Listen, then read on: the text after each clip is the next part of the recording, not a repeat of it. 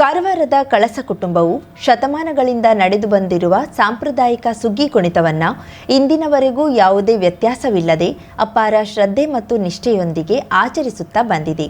ಇದು ಕೇವಲ ಒಂದು ಕುಣಿತವಲ್ಲ, ಅದು ಕೃಷಿ ಸಂಸ್ಕೃತಿ, ಧಾರ್ಮಿಕ ನಂಬಿಕೆ, ಸಮುದಾಯದ ಏಕತೆ ಹಾಗೂ ಪರಂಪರೆಯ ಜೀವಂತ ಪ್ರತಿಬಿಂಬವಾಗಿದೆ.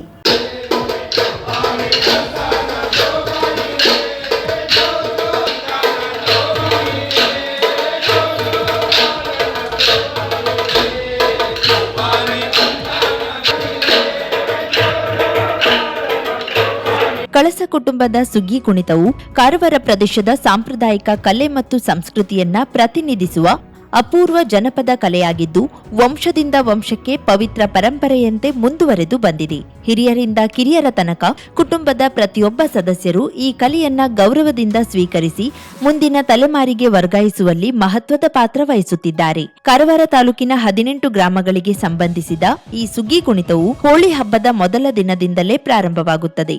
ಹಬ್ಬದ ದಿನದಲ್ಲಿ ಕಾರವಾರದ ಹಲವು ಪ್ರಮುಖ ದೇವಸ್ಥಾನಗಳಲ್ಲಿ ಈ ಕುಣಿತವನ್ನ ಪ್ರದರ್ಶಿಸುವ ಮೂಲಕ ದೇವರಿಗೆ ಕೃತಜ್ಞತೆ ಸಲ್ಲಿಸಲಾಗುತ್ತದೆ.